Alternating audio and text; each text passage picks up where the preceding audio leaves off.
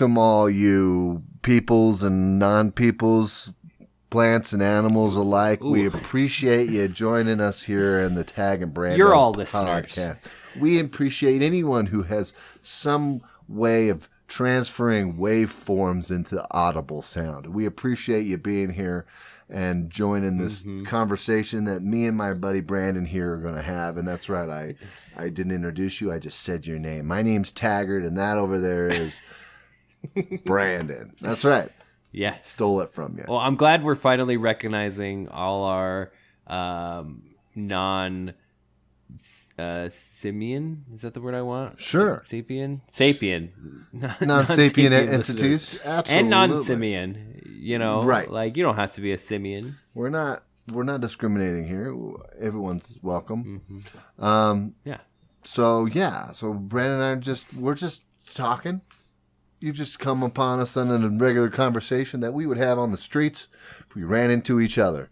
And it might be interesting to you, and hopefully it is, because we want you to stick around if you feel the need for speed, which we're not. Yeah.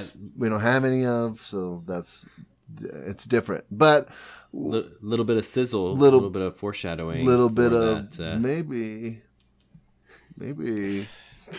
So, anyways, we'll get into it here. We'll start us off today with a little segment we like to call the question of the day.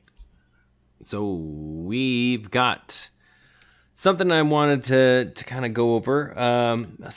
Right now we are like halfway through the 20 of 20. Yes. The 6 month mark. We are on the downward slope of 2020. Yes. And I'm just curious so far, if you were to make a time capsule and pack it full of stuff representing your 2020. Ugh. What would it be? And interestingly enough, now that I think about it, like, you know, also like what would be like the most valuable thing you'd be willing to put in there, I guess, is too. Oh. So, yeah. All right. So if we're time. So yeah. So what's your 2020? We're time capsuling 2020. Mm-hmm. Okay. So we're going like hindsight is this time capsule. This year. Mm-hmm. This was supposed you just remind me, this is supposed to be the year of perfect sight. The year of Barbara Walters. This is 2020. Yes, but at the beginning of the year, I was like, it's going to be like clarity year, you know, the year of perfect sight. And it's been more confusing than ever. It's been confusing, but we've had a lot of time to think, and maybe some things are becoming more clear. But golly, not in the way that we had thought. So anyways, you just reminded me of that. But what would I put in a time capsule to say, hey, you guys missed 2020. We wanted to let you guys know what fun you missed. Golly. Okay, well, you got to start with the obvious things, right? You got to put in a little mask. Face mask? Little face mask. You gotta put in a bottle of Corona, I guess, just for funnies. It doesn't have to be full. Maybe empty would be better, but just for funnies. You're talking about the beer and not like a bottle of coronavirus. No, we put the virus in there. No, yeah. Okay. Yeah, no, they're like, why do they put an empty beer bottle in here? To be opened in 50 years to release the virus again on the world. Let's see how those antibodies are holding on. Yeah. No, that's maybe not obvious. Other than that, supposedly had like a smallpox outbreak from like an old jar that had like smallpox in it. Yeah. From like, like a century ago or something like that. Anyway. Crazy. Yeah. Other than that, golly, what would I put? I would put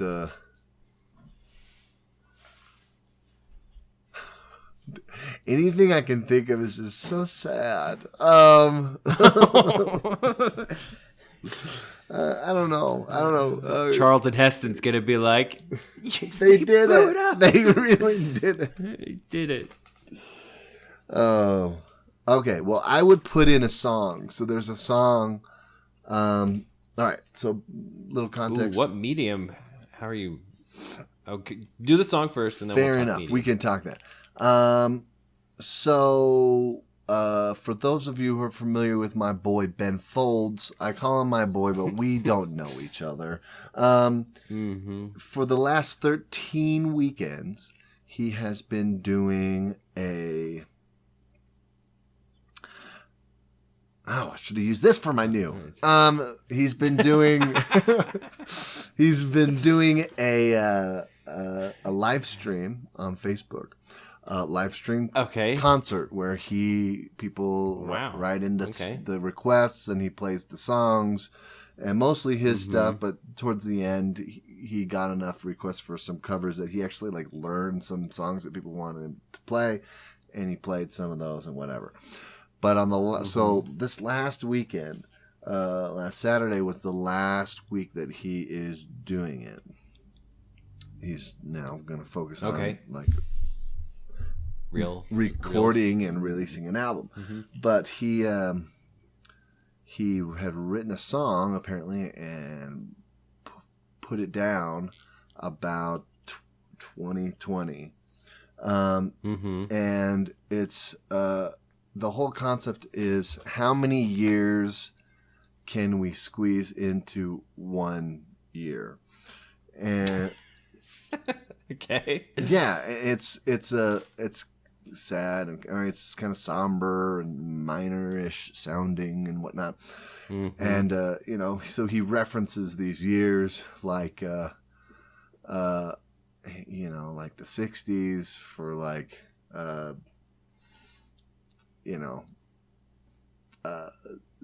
race issues.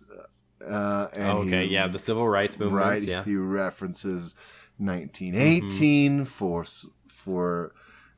Spanish flu. And some other things, and he doesn't name what those things are. He wants you to be smart and to know what the year, know some history and why he's referring to those. American Pie style, kind of, right?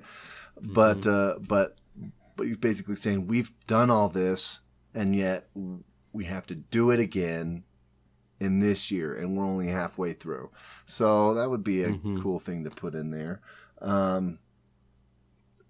People might not get it, but it seems pretty poignant now. When I was listening to it, I was like, dang, this is a good song, Ben. My boy. That's awesome. Yeah, so as medium goes, I don't know, maybe throw something in of everything. Hey, if we got to live every year in one, we better put it on every medium, right? We'll put it on a 45. We'll put it on an 8-track. We'll put it on a cassette, on a CD. Put it on a flash drive. Game on. We'll even mini start. A mini disc, definitely, and we'll even open our own time capsule iTunes account and buy it on there just in case iTunes is still around in 50 years. We'll put the password and the username in there so they can sign on and check the song out. That would be fun and crazy. Anyways, what about like those little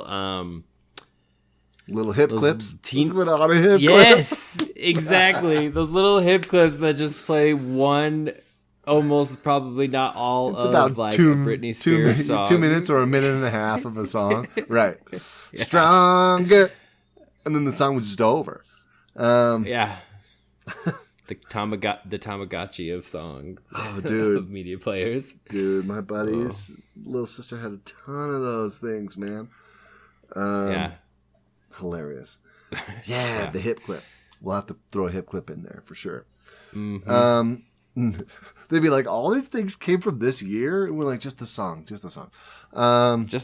But it's a metaphor. Yeah, I don't know. Something. Oh, that's interesting. Yeah, we'd have to put something in there representing like house arrest, quarantine.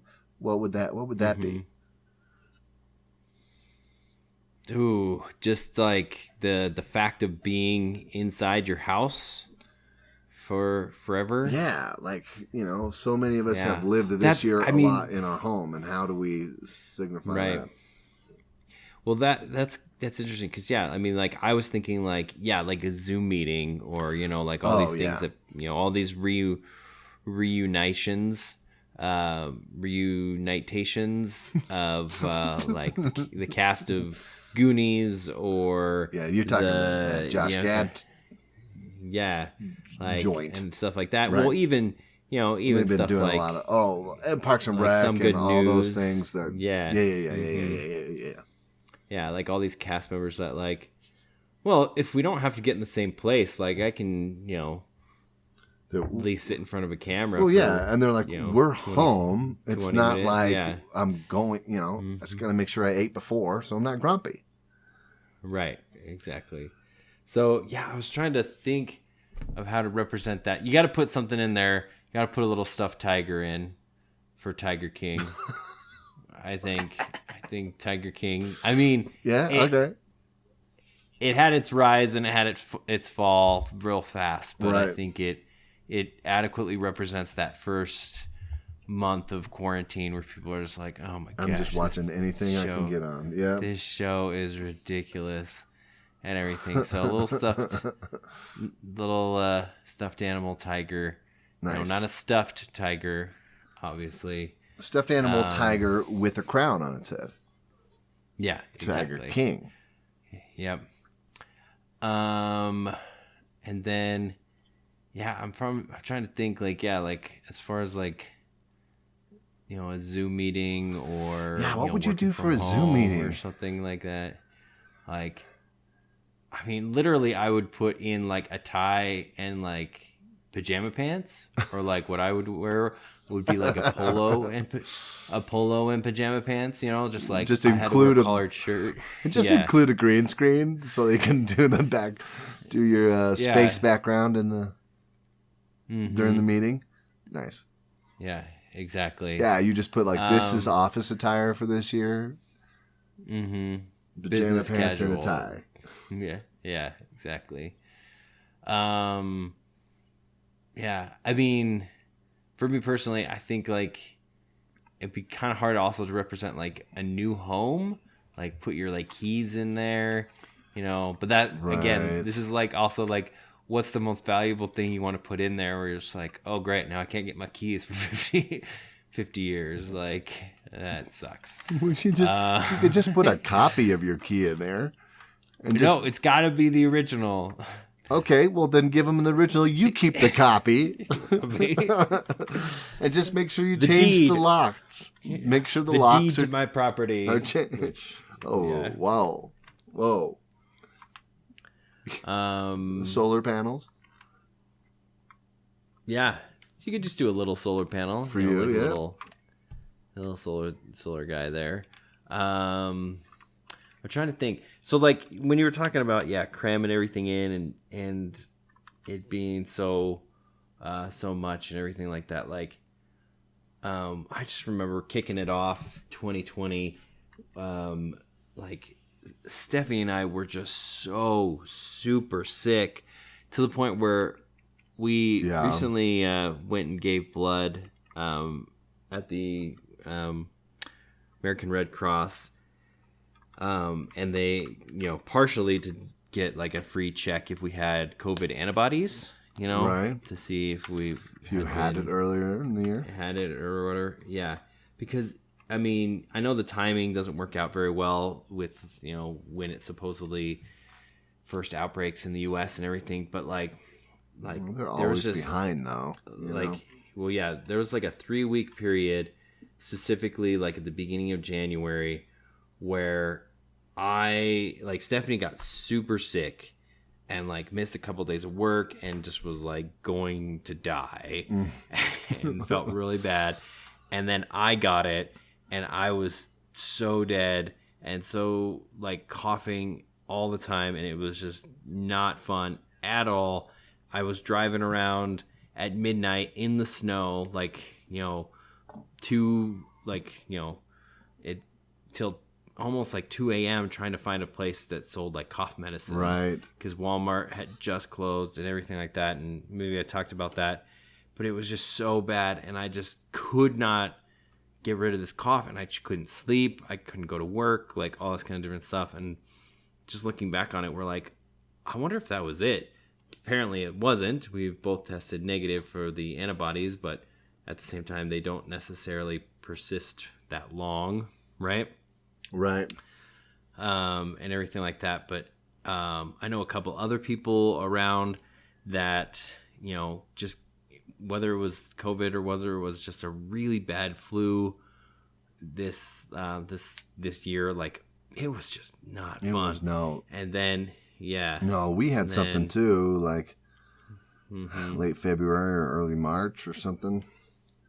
And so I haven't been checked, so I don't know, but I wouldn't be surprised if it was the sickness, as it were. But the sickness. Yeah, and so yeah, we were just like, ugh, 2020 is starting out terribly. Love it. And then and then this whole thing, and then like I'm trying to think of what would represent like the earthquake, because that was the first earthquake I ever felt. Oh yeah. And everything like that. So, I don't know. I can't think of. The only thing I could think of is like Jell-O. That would be terrible. After 50 years. Yeah, no, that's no good. Put some Lincoln Logs in there. Oh no, topple buildings. Right. Yeah, I don't know, man. Everything I can think of for those things is like print out a Zoom logo, print out a seismic reading, print out just pieces of paper, but those don't hold up that great. Mm-hmm.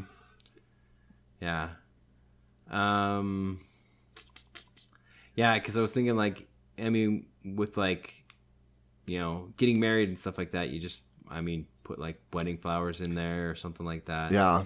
But...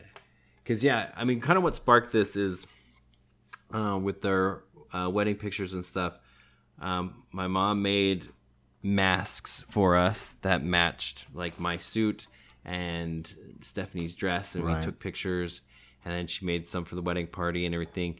She just wanted something to kind of represent, that we got married in the middle of COVID and all that kind of different stuff. Right. And, she's like, well, you can show your grandkids and da-da-da-da. And say, oh, we had to wear masks and stuff. And I'm like, oh, you're assuming that this isn't just how it's going to be for the rest of forever. Like, who's to say that this isn't becoming like the new normal, that you just, when you're in a public place, you just, wear a mask so you don't get your spittle all over everything. Right. And stuff like that. It's interesting that we've ebbed and flowed with this, like, we did our game on, contagious diseases and, pandemics and everything like that. But it's interesting, like how long is this going to kind of last until everybody's kind of comfortable being like, oh, well, I don't have to wear a mask anymore. Because, right. After SARS, some people in Asia wore masks like still every day. It was like... Oh, yeah, but it's something that they have done for a while. I don't know if it started with SARS or not, but yeah, in Colorado, we've got some spikes, so they are now requiring that you wear a mask if you go out at all, anywhere you go, and they are closing all the bars again. So they reopened them all up, and now they're closing them back down. Right. As of today, that was ouch. Today. So yeah, so it's not getting better, faster here necessarily. Yeah, they just issued the same thing out here, where if you're out in public, you have to wear a mask. And something I saw that was kind of interesting. I don't know how many states have this rule, but. They had to make a special consideration for concealed carry licenses to, like, carry your gun around and stuff, that you can still have your concealed weapon and be wearing a mask, because I guess there's some law that you can't do both in normal circumstances, you know? Yeah. Like, obviously, you're trying to cover your face and trying to cover your, firearm. That seems a little sus. But now it's just like, well, I don't want my gun getting spit on it and sneezed on, so trying to keep it. It's really, it's really not good for the mechanism to have to sanitize this gun all the time. Oh my goodness. So, well, no, but I mean, yeah, it was just like I just noticed that. I'm like, oh, that's something that I would not have even considered. Where it's like, why aren't you wearing a mask? It's like, well, because I can get arrested because I'm carrying a firearm. Like it's like, oh, okay, well, that's interesting. Yeah, that's strange. Yeah. We'd have to do something. I mean, our podcast didn't necessarily start in 2020, but I mean, no, it hasn't. You can represent that, just a little microphone or something. Yeah. In there, keep continuing the podcast and everything. Yeah, man. I don't know. Have you ever had a time capsule? Or been part of a time capsule opening or anything like that? Yeah, I want to say yes. In elementary school, we did. I couldn't tell you one single thing that was inside that. No idea. Right. I think it would be interesting. Yeah, if an elementary school, obviously they got tons of grounds, right? Right. They got tons of space in most elementary schools in, I guess, suburbia. They should do like a time capsule every year. Every year? Because if you think about it, if you started a time capsule tradition, right, every year, and the kids graduating elementary school or whatever got to pick, right? So they're like fifth graders or something, right? Fourth or fifth graders. They got to pick what went into it, and it was a good let's look back at the year, like what important things happened. We elected a new president, or we had like a new whatever historical event, and blah blah blah blah. And so they put all these things that represent it, and then you do one every year. And they don't have to be big, they could be like, the size of like a football or something, just like a right. And everything. And then in say 20 years time or 30 years time, because our elementary school, like what, Jolie went there first, right? In like, what was it like? When it was first built, like, did she start in? It wasn't kindergarten. She started in like first or second grade, right? Yes, something like that. She definitely went to a different school first. So I mean, like, if that was, you tell me, how long ago was that? Dude, the math I don't have, but it was a while ago now. Right. I mean, let's say that's more than 30 years ago. So if you did it like, even 20 years to a kid, 20 years is 100, Right. And like teachers maybe like, they might last 20 years plus, at a specific school or something like that. But anyway, you start that tradition, you're burying these things, you got 20 holes, and by the time you get to like, 20, then you start digging them up, right? So then you do a ceremony where you guys you dig up one, bury the other one, and then you open the one that's 20 years old. Right. So you have this kind of just, cycle of 20-year, what's it called? And I think that would be interesting, just to kind of get this, recurring, like, this is what's important to you now. Right. Okay. Now this is what was important to kids 20 years ago, and everything like that, and kind of give that idea to them. I think that'd be kind of interesting. Yeah, that'd be cool. Yeah. I'm sure some school does it. I'm sure there are plenty. Because, I don't know. Like, I mean, if you're going to do a time capsule, I think if you're a school like that, like just do it every year so kids can experience it. I mean, you got 20 years of kids that contribute and they don't get the second half of it, but right.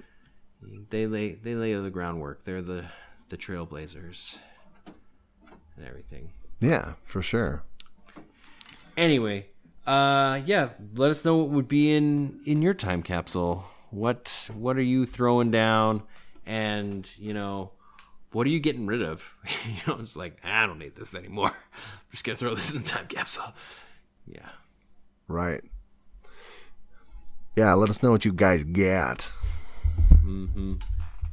And maybe at the end of the year, maybe we will do a 2020 time capsule. If you want to send us something for the time capsule, let us know, and we will then figure out accommodations to have something last for 20 plus years or something like that. Yeah. And find a place where we can bury it that will be accessible. Yeah. What are we doing for triggered memory today? Well, I wanted to talk a little bit about car history, but not of like what cars you have owned, but let's talk about car times that were bad, ticket times or crash times. Crash times. Okay. Let's start. Maybe what was your first car crash where you were the faultee? Oh. The only time I've actually hit another car with my car was, I don't know, I'd probably say it was about 10 years ago. I was at a light and was like, oh shoot, I need to be in this other lane. And then I went to back up and somebody came into the lane behind me. Uh-huh. And so I stopped as they were coming up. So we bumped bumpers, but it wasn't I don't know. I would be at fault because I was reversing in the middle of the road. Right. Right. But if I was a jerk and there was damage or whatever and everything, I could easily just be like, I wasn't reversing. That's crazy. You hit me from behind. It's obviously your fault. Right. But there wasn't any damage or anything. It was this nice lady. She just, I was like, I ran out. I'm like, oh, I'm so sorry. I didn't, know you're going to change lanes. And she's just like, oh, let's look. Okay, there's nothing. Okay. And the light turned green and I jumped back in my car and drove away. And with her permission drove away. But yeah, that's the only time that I've been at fault at, crashing into another car. The only other accident kind of thing that I've been in that was quote unquote my fault is I hit a pothole and it popped my tire. It didn't pop my tire. It broke the wheel hub of my wheel. Ugh. And my tire popped out and jammed into the fender of my car. Ugh. Into the wheel well and everything like that. And so I had to call my insurance to get that completely repaired and all that kind of different stuff. But yeah, that's really it. I haven't been at fault for any real accidents or anything. What about you? Oh, I've had my share of car tribbles. All right, so the first time I was the fault man, I was I don't know. I'd say it was probably a year or a year and a half or something after I got my license. It was a while after. So you're still a minor. Oh, yeah. Oh, for sure. I'm driving down my street, right? I'm living with my parents, obviously. I'm driving down my street, and I decide, my tape adapter's not working well.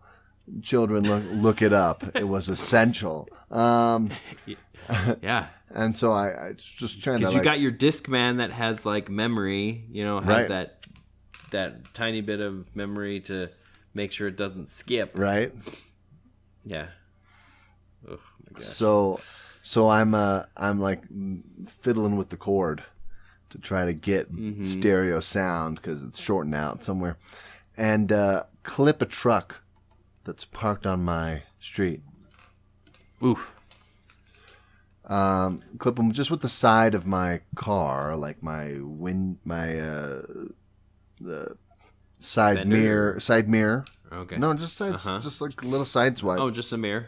Okay. But there, there has a nice scratch down their car, and my mirror broke, and it wasn't awesome. And I was like, what do I do? I'm a dumb teenager, and I don't know what I should do, but like, I get out to look at the car because I'm not a jerk. And this lady comes barreling out of the house, and she's like, who's gonna pay for that? Someone's gonna pay for that because my husband's a police officer. And I was like, great. No. Like, this is my first accident, and I got an angry mom, an angry lady. I assume she was a mom. She was an angry lady, and whose husband was a police officer who was going to, and someone was gonna pay. Oh, dude, it was really bad, and I felt really bad, and there were some tears. The guy kind of came out and he talked to me. He was a little heated at first, but then he was like, "Look, just go down to the police station and file a report. It's fine. Oof. It's fine." Right. Still scary. Still. Yeah, he's just like, I just want there to be a record. I'm not going to have the cops come now and do it themselves. Like, that's a waste. You just go down.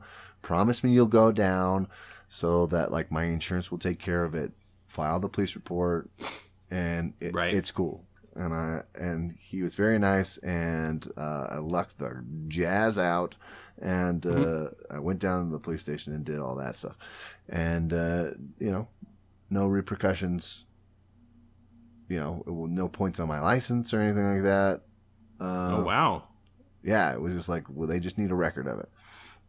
So, I had plenty of speeding tickets, though, and those racked up the points on my license real bad. At one point, I was one ticket away from losing my license, and then I got that ticket, and I went to the hearing, and they're like, "Look, you're a kid. We get it. I mean, I'm a year out of high school. It's all basically, and within whatever that is, because I started driving as a sophomore, so it was like 4 years of driving. I had got enough speeding tickets that I should have lost my license, and they were like, "We'll put you on a year suspension or a year probation. If you get another ticket, it's gone." During that time frame, and if not, then I don't remember. I think the last ticket would be not counted against my points or something. Because technically, if I lose, refresh or whatever, right, it doesn't get me down to 0, but that last one would be wiped out so that I wouldn't have the amount of points to lose my license. That's how they do it in Colorado. You gain points, and if you get to a certain one or whatever, I don't know, something like that. So I was pretty close, and but I didn't get anything the next year. So Game Genie that nice. Yeah. Driving Miss Daisy style for dude, the next 12 months. Well, the thing is, I went. just shortly after that, I went on my mission, and they were like, "You have how many points on your license? You can't drive for 6 months." So I had 6 months handed to me, Just basically. free, It was like, yeah. you lucked out, buddy. So yeah. Or maybe, yeah, I don't remember. But, dude, yeah. It's been a lot of, there was a one time I lucked out bad. I remember this. I was driving somebody home from a choir practice or something, and this is again in high school. I'm driving, and we come up to the stoplight, and the car in front of me, the light's green. The car in front of me starts to go and like stalls their car out or something, and they just like stop. And I was like, I'm gonna hit the car. So I'm like, I can either hit him, or I can swerve and maybe someone will hit me. I don't know. I'm on Academy now. I'm on Academy in Maysland. Right. For anyone from Colorado, like, there's cars there. Like, there's never not cars there. Like, Right. But I was like, I can't just barrel into this person. So, and this is all within like a split second, I swerved to the left, and the guy behind me in that lane basically is far enough back that he sees me coming and swerves a little bit over himself to like give me room, and he just pokes over so he doesn't hit anybody in the other lane, and I make it in. But oh my God, I thought like my car was gonna get totaled. I thought I was gonna slam in the back of this guy, and it's gonna be like, you rear-ended him, it's your fault. And I swerved into the other lane. Well, that's also your fault, and you crashed and all this stuff, and 40 car pile up. Like, it was gonna be bad. Right. Whew. Anyways, I've had a lot of those kind of things, unfortunately. One time, almost the same situation, but then I swerved and somebody hit me. Not that bad, but I did get hit, and it was a sad day. Yeah, I don't know. What any other car times that you're remembering? Well, you're talking about like, having to go down to the police station and all that kind of different stuff. Well, so we had a very strict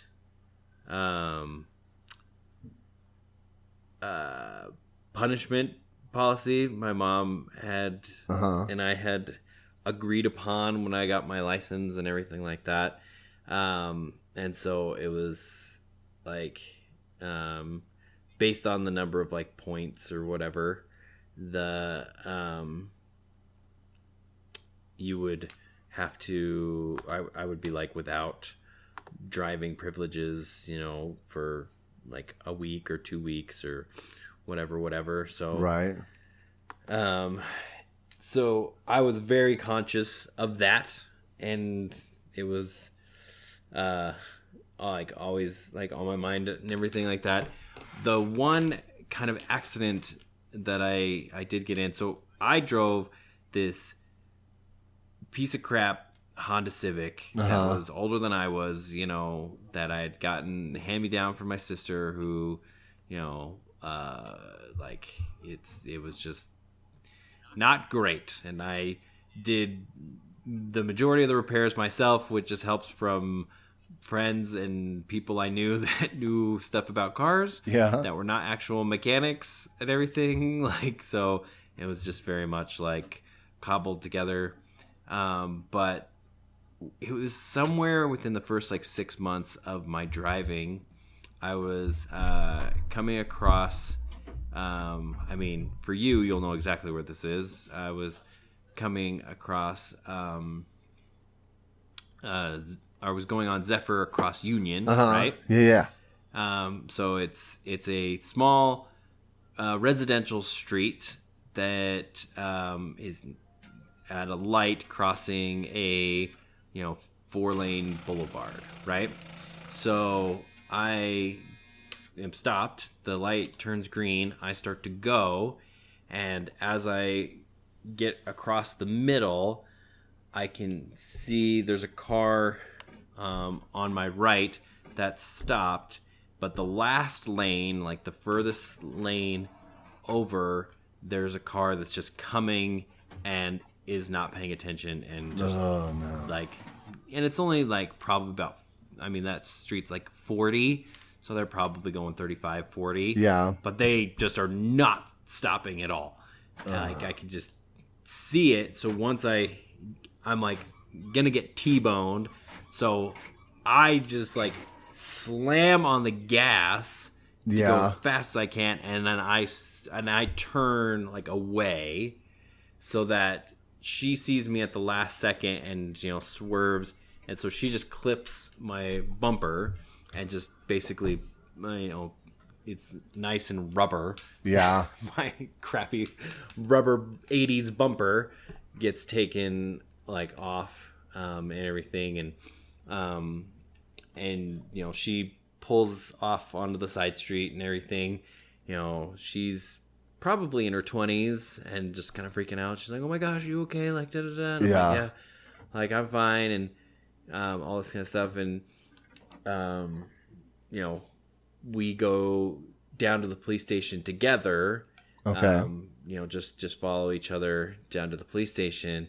And she like admits to everything. Like, yeah, I wasn't paying attention, and I went through the light, and hit his bumper, and he was just going through at green, and da da da. So like I was like, sweet, like this is the way this should be happening, because I could easily see that going a million different ways. And, right. Her just not even going to the police station, me trying to do this and that and the other. Of course, I only have liability only because of people like you who are clipping trucks. Yeah, blame it on me. Nice. Nice. My insurance is maxed out at liability only. Nice. And plus, my car was less than anything really. It was not even like a $500 car at that point. You're paying more on comprehensive for the year than what your car's worth. Yeah. So the interesting thing about it is I got $600 from that to fix my bumper, right? Yeah, there were a couple other pressing parts of my car that needed some attention.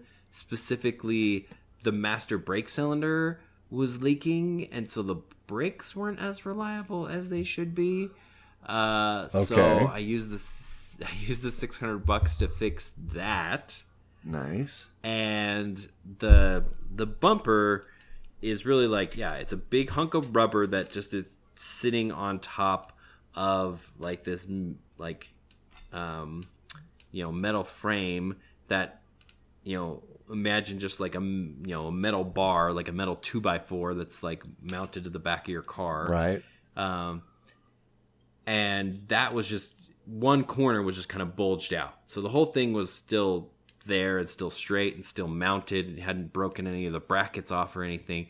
It was just one of the part that sticks farthest on the edge just was like meh, like at so it wasn't a huge weird deal. angle. Yeah, so literally I went to the school and slowly backed up against the brick wall, which is probably not the smartest decision depending on how strong the brick wall was and stuff. And I just kind of tapped it back into place. Did you really? using the school and just kind of just like backed it in a couple of times to where it wasn't completely straight, but it was enough to where I could hang the bumper back on there, and then I just basically bolted, because the rubber had ripped all of the little things that secured all the plastic little The tabs little and clips or everything. whatever. Yeah. Yeah, exactly. So I just I had it duct taped on there for a while, and it would fall off every once in a while, and I'd have to stop and put it back and everything. And your sister definitely remembers that, I'm sure. But driving her to school and everything. So eventually, I just found a convenient hole in the side panel that I could just drill a hole through the bumper and just put a nut and bolt through it, so it just secured it there for whatever time. And I mean that's the most interesting, or like that's the funny thing about it, is like the bumper showed like zero wear.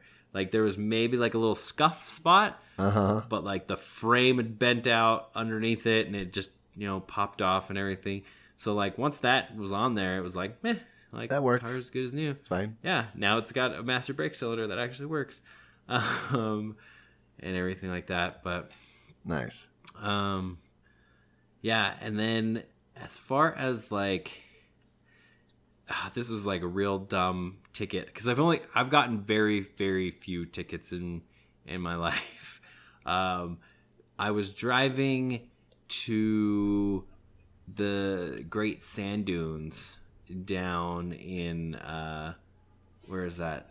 Durango, down by Durango, in southern Colorado. Awesome place. If you haven't been to the Great Sand Dunes and you live anywhere, or you're traveling anywhere close, like, it is an awesome national park to visit, and it will kick your butt, because it is just hill after hill after hill after hill after hill of freaking sand, and it just is, bring a lot of water. It is awesome. But we were driving, it's this nothing road, one, like 2 lanes, so you're just driving and driving and driving.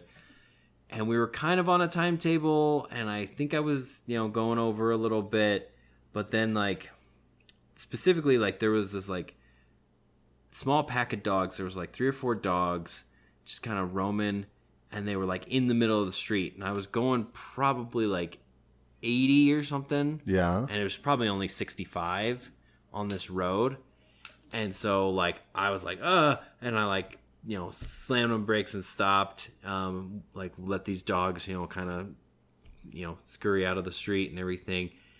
And then I, started driving again, and, got back up to 80 or so, and then got pulled over. And I was so frazzled by like the getting pulled over and like almost hitting these dogs and all this kind of different stuff, that the cop like was like, it's like, it's like, why are you going in such a hurry or something? And I was like, oh, I'm sorry, officer. There was like these dogs in the middle of the road, and like I almost hit them, and so like I was like, I had to like slow down. And he's like, you almost hit a dog, and so you went faster? I was like, I don't know. I am so sorry. I'm just like a little, I'm sorry. Yes, I was speeding, and I apologize. Whatever. And he's just like, goes back, checks my license, comes back, and he's like, well, you know what? I'm only going to give you like, a 5 over ticket, because, you were honest, and yes, there were dogs in the road. I don't know why that makes you go faster, but, and stuff like that. And yeah, that was pretty much it. Oh my goodness. Just, he just the look on it's like, so you almost hit, and so you're going fast. I don't understand what that means. But yeah. I have not been too unlucky in that regard. That's good, man. Be safe driving. Pulled over. It's a scary big machine. Like, know what you're doing and don't be an idiot. But so that's good. That's good that you haven't had too many issues. I mean, it's bad to be the driver, but it's also when you get pulled over and you're like the passenger, and you're like, just don't do anything that rouses suspicion. Right. Just sit here and everything. And I've had other run-ins with police and everything like that, and I know, like, one of the things I was thinking about with the time capsule and stuff, I'm like, if you put something in there that's, with the current political climate and everything like that, I would ask that you spell out that Black Lives Matter instead of writing just BLM, because somebody mentioned that to me the other day, and I was like, oh yeah, like, oh, you mean the movement, not Bureau of Land Management. We're talking about not going camping. All right. Right.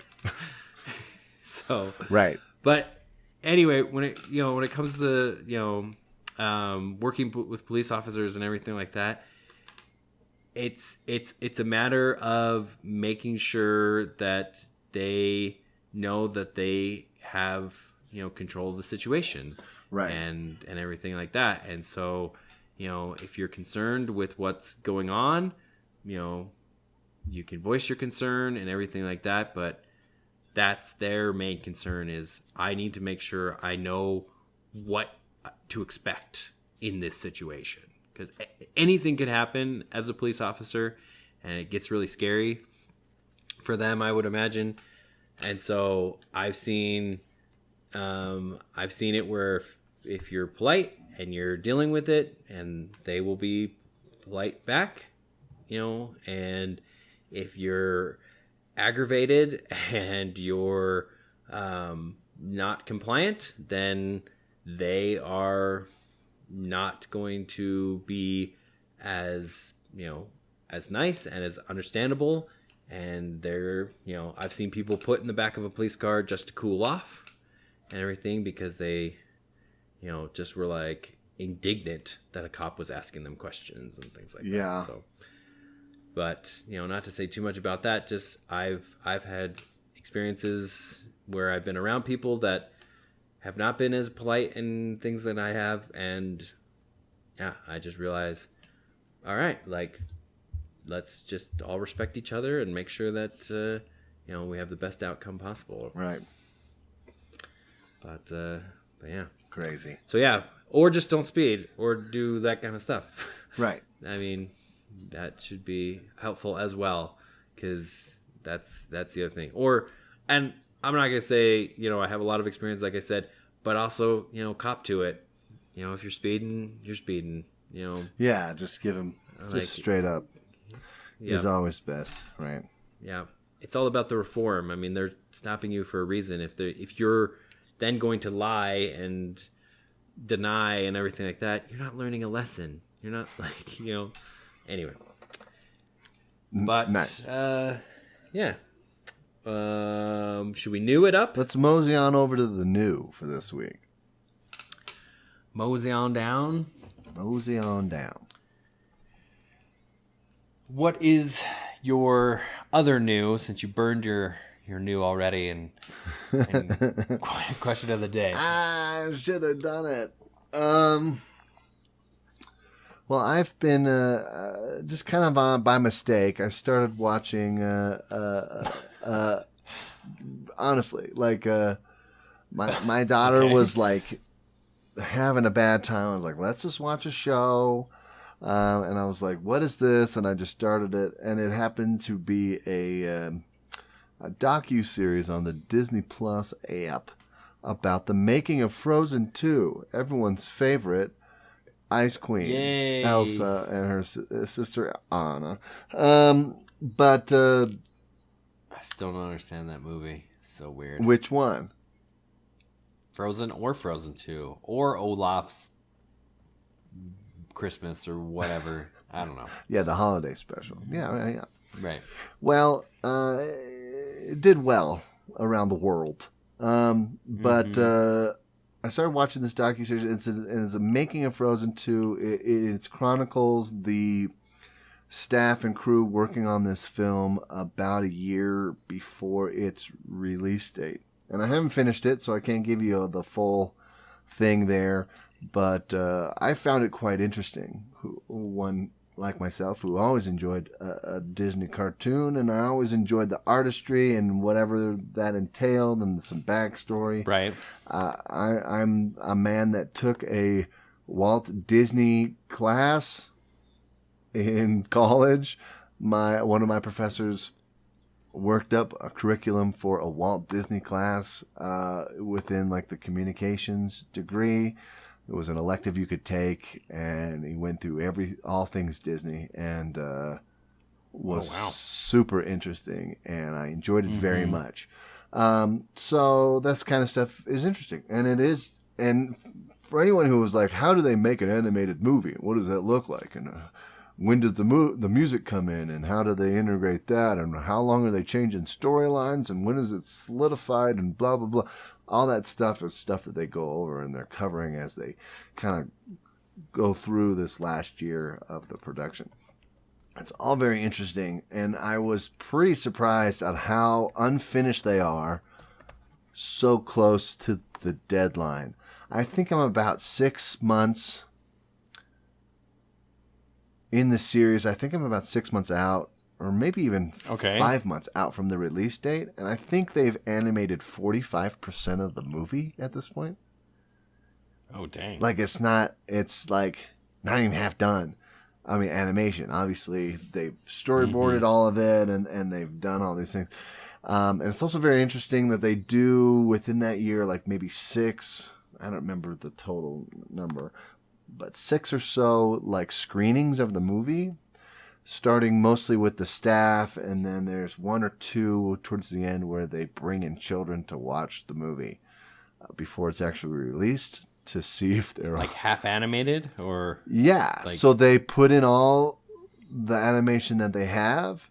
So some of it's not animated, so it'll be a storyboard, within the movie with the actors' voices and stuff behind it. Or if sometimes if those scenes aren't quite finalized yet, they won't even have actors' voices on it. It'll just be somebody else like laid it down or something, right?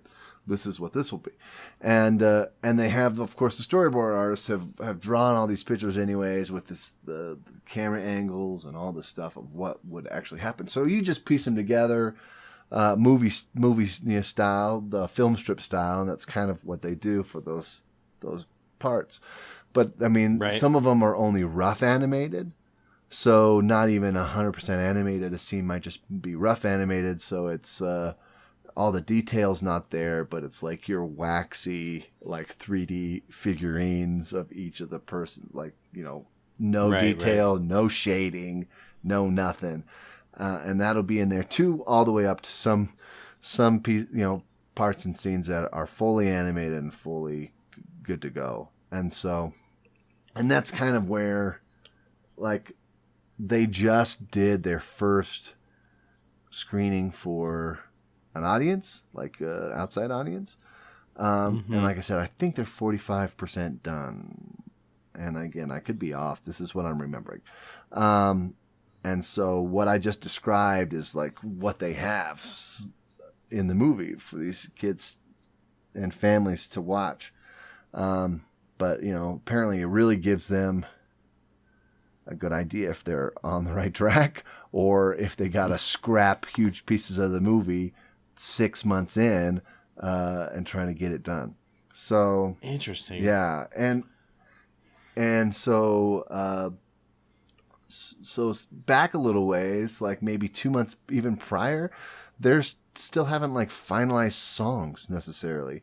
Like the screening before that, they had put a new song in and it didn't work. So they took it right back out and said, no. And another song that they were working on was like not working with the scene, and they were holding on to it because they wanted it to work. But, so there was kind of this whole chronicle of this song with the songwriters. So you meet the songwriters and like what they're trying to, and you see how the ideas develop and get to the place where they need to be for the movie. It's really quite interesting. Whether you like the movie or not, I would think it would be interesting for most people just to see if they have any interest in animation and movies and what goes behind the scenes. So anyways, I've been watching that a little bit this week. So there you go. Dang, that's interesting. I mean, because I would love to be part of a focus group, man. I don't know how people get to be that, pulled into a mall somewhere and trying out I don't know. new products or something like they that. didn't really go into that. The crew drove down to San Diego to a theater, and the theater or somehow together they must have sent out tickets somehow and said, "Hey, we're test screening a movie. Come down at this time," but nobody knew what it was.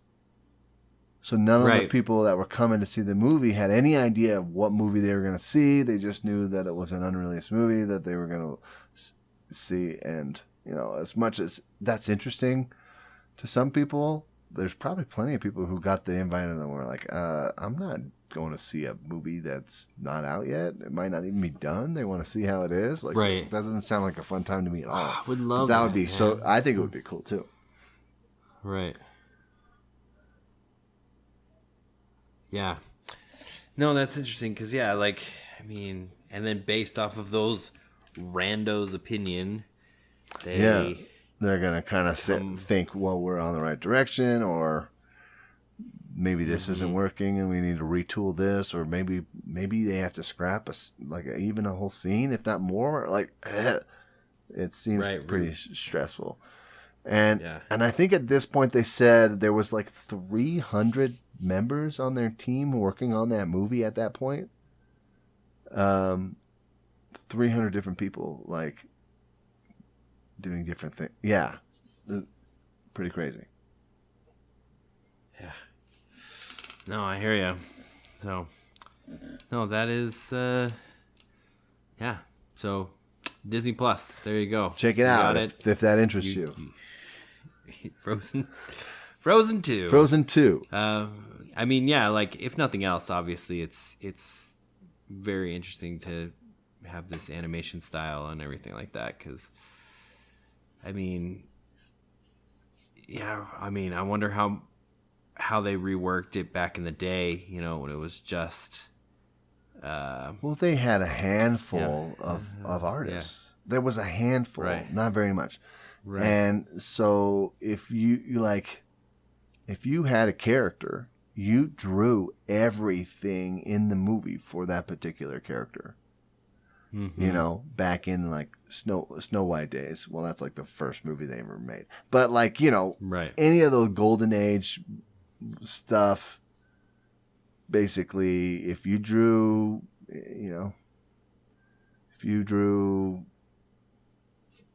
Pinocchio, you're drawing Pinocchio basically through the whole thing. I think, for the most part. Where these days, in this movie, they said there could be up to 30 different people, if not more than that, who were responsible for one character, and they talked to this one girl who was doing a scene, and she was animating Elsa for this one particular scene, and the scene in question was 30 seconds long. That was it. Mm-hmm. So they're doling out 30-second pieces, and it all has to be cohesive, and it all has to look like the same character and respond in the same way, and body language and all the. That's crazy to me. Anyways, I'm belaboring the point, but so go check it out if you care. So. How about you? Well, speaking of movies, yes, sir. I recently went back to the theater. Say, huh? Yeah.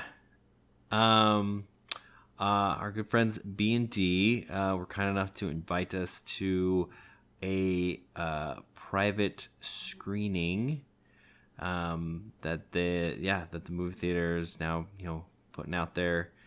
So you go and you get your popcorn and your soft drinks and stuff. Uh-huh. And they were like, well, we can't, we have this set up for you guys, so there's a bunch of tubs of popcorn there and a bunch of empty drink, drink holder things called cups. Surprise! It's surprise cups. You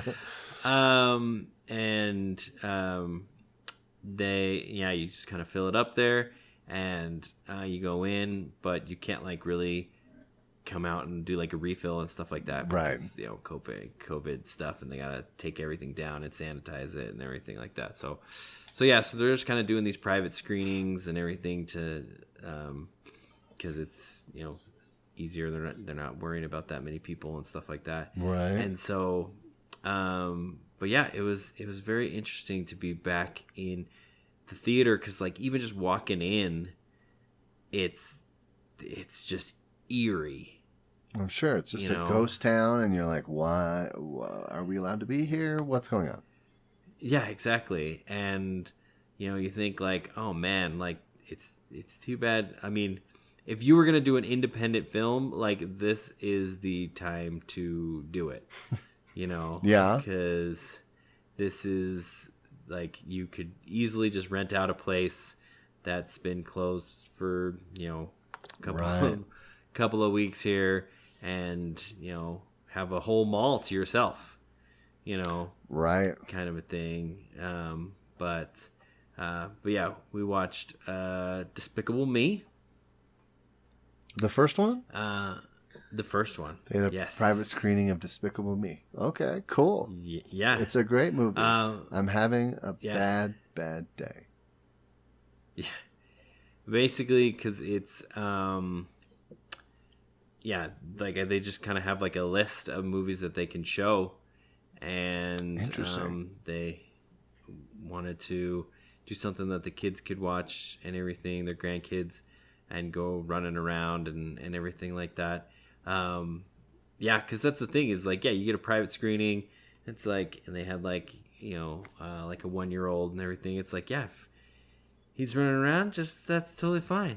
No one's here gonna get mad. Nobody's gonna get mad. Just kind of doing your own thing and everything like that. And so much popcorn though. Holy cow! Because like they had, there was only like a handful of us, and so we're like, oh well, there's like 20 tubs of popcorn here. Everybody take 2, and like holy cow! It was so much. So I'm staring at half a tub of popcorn that we took home with us right now. Yeah, that we're still working on and everything like that. And it's just, but yeah, it was just definitely interesting to be back in the theater, and like how the movie experience really is in a theater versus a just watching it at home. Because like a lot of times you're like, oh yeah, we can watch this at home, and it's fine. But the theater really does like a very good job of enveloping you and for sure making it as, this is what you're doing, this is the activity that we're very focused here. The sound quality and the picture quality and all that kind of different stuff really like ropes you in, right? Versus going home and you're just like, like I'm just gonna lay on the couch and move around and like, it's crazy different experience. At home nowadays, it seems like if me and my wife get to watch a movie, it's like in bed before we go to sleep, and we're not finishing that thing. We're gonna fall asleep halfway through, and we're like, dang it, we really wanted to see that, and now the experience is a little bit, very best interrupted. Worst case, we kind of ruined it. So yeah, dude, we missed the theater. Mm-hmm. So that's cool. Yeah, that's cool that you got to do that. And so it reminds me a lot of when I first went to Canada for my mission and stuff, and like hadn't seen like a legit movie for a while, and then I saw the end of Indiana Jones and the Last Crusade, where he's going through the different trials to get to the Holy Grail, and just like watching that and just being like, oh my gosh, Spielberg, you are amazing. Like, just the emotional response that you are, like, and you had seen it, a million times and everything like that. But at that point, it was just like, hadn't been exposed to it for a long time. Or the other one would be when I first saw the trailer for Spider-Man 2. Yeah. And the point, same thing. Like, I hadn't seen a movie in several months, and then I just saw the trailer for this, and it's just like no audio at all. I'm just watching it while I'm in line at the grocery store, and I'm just like, trying to get her to ring me up. Like, I gotta, like, this trailer's gonna start over, and I gotta go over there and turn up the volume on this I gotta TV. see it, dude. Because I gotta see what's going on here and everything like that. And it's just like, I mean, no wonder they have these focus groups, right? Right. That, and they change things and they do reshoots, and they, are investing hundreds of millions of dollars into some of these movies and stuff like that. But like, I really thought about that. Like, it's interesting because like, they try so hard to invoke, emotional responses from you, right? As much as possible, whether it's just being funny or being dramatic or being, like, actually tugging at your heartstrings and stuff like that. But the movie industry just kind of walking in there and being like, oh man, I hope this is able to bounce back. Yeah, man. Because it was such a big thing. Like, we're walking in and we're seeing all of these movie posters and everything like that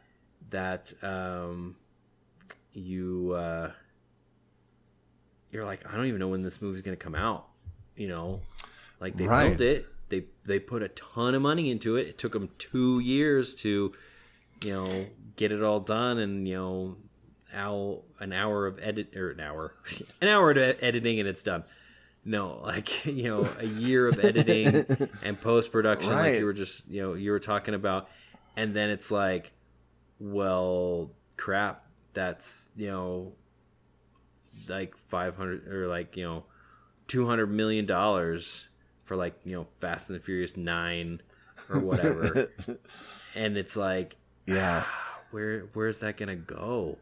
Like, and it's a question of, like, how long do you hang on to that? You know what I mean? Like, right. If you hang on to it for 2 years, is there going to be an audience for it still? Probably Fast and Furious, yeah, but like, some of these movies maybe not. And well, I haven't gone into depth looking into any of these movies that released to home tickets, basically early access, movies. Mm-hmm. But I wonder how any of them did. I assume that some of them did pretty well, being as everyone was home and couldn't go to the theaters. But that doesn't help the movie theater, of course, in any way. So, Trolls 2. Yeah.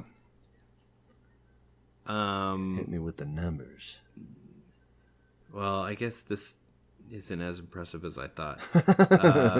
Universal made over $77 million in revenue for Trolls 2 from domestic so far. Okay. Like, I know that there's been some debate on whether they should do that kind of stuff, and like, are people gonna pull their not show movies and stuff like that, right? From certain studios, because they're like, oh well, if you're just gonna release it at home, so Trolls World Tour made Universal made in 3 weeks on demand what Trolls did in 5 months. Really? That's what you're seeing? Yeah. Yeah, so Universal Trolls World Tour, or Trolls 2, racked over nearly $100 million in rental fees in the last 3 weeks. This is back in April. Wow. While the figure is smaller than the $150 million in the first Trolls, but that was, over like its whole release and everything. So in 3 weeks, it made, 66% of the same, the same money. So, and I wonder if that's like people watching it, just like kids watching it like again and again and again and again. Or I mean, that's like it could be part of it, right? Because most of those you get it, and you have 48 hours to watch it. But as soon as you watch it, you have a certain. I forget. You have like a week to start it. But as soon as you started it, you only have 48 hours. So if it's after those 2 days. I wonder how many kids were like, I want to watch that movie again. People were like, okay, let me drop another 20 bones and let's get it. I wonder. I think it's kind of twofold. Is number one, yes, you're probably going to get people that are like, we got to rent it more than once, right? Because our kids, because they watched Trolls 100 times, so now they're gonna watch this one, right? 100 times and stuff like that. Right. But I almost think like another aspect of it is, especially a movie like that. Like I'm looking at these other movies that didn't make that kind of money. They're more like older oriented and stuff like that. Right. Let me see what the titles are here. Like The Invisible Man, The Hunt, Emma. Like they didn't make nearly that kind of money, right? And everything like that. But if you think about it, having 2 kids yourself, right? Yeah, dude, we watched it. Like we're part of that. Would you have taken your kids to a theater? Is it easier to rent a movie for $20 than to take 2 children? Yeah, for sure. Under the age of 4. Yeah. To a movie for sure. Yeah. Okay. So it's just that same kind of thing. It's like convenience. Yeah, your kid's gonna be pausing and running around and having to go to the bathroom and whatever. It's like, well, yeah, just do that all in the comfort of your own home. Right. $20 is less than you would spend at the movie theater anyway. Yeah, for a family or even for 2 people. Like, yeah. So I could imagine part of that money went from like, over 5 months, people were like, maybe we should go see it. Like, okay, well, like, I'll take the 2 older kids this time, and then like we can go later, or like whatever, and like working out some weird system so it's not like, let's spend $60 on tickets and food and everything for all these kids. Where it's like, $20, and we get a evening where the kids just are glued to the TV. Sure, why not? And so it's just like that decision is a ton easier than like, let's get packing everybody them up together and going, and go, for sure. But so when they get older, I want them to experience the theater and to do that. So hopefully, come on, theaters, come back, do it. That right, yeah, man. But I know there was like dispute over like some of the theaters. They were like, if you do this again, we're gonna not show any of your studio's stuff anymore because like that's not cool. Like, but they were like, we're doing it because of the situation. We wanted to get it out so people had something to watch and the entertainment, and we still have, we can still broker a distribution deal with you. Like, that's not a big deal. Once you're open, you can't make threats if you can't take our movie. Like, you know, right? That's but I don't know. We'll see. Interesting situation, but yeah, man. But yeah, so that was way cool just to kind of have that, again, that new experience, even for a movie like that, where it's just like, yeah, I've seen this before and everything, but like I frankly paid more attention to it at the movie theater. That's what you're doing for sure. Than I would have, and kind of caught a couple of things that I might have not. I'm sorry to say, like, it's just not as good as like the Pixar movies, man. It's like not, they but just it's don't still, put the first one. They don't put the effort in. The first Despicable Me is pretty good, but yeah. I like recognizing the voice actors, and you're like, oh wow, okay, that's cool, dude. There's a ton of people in that movie. Tons. Yes.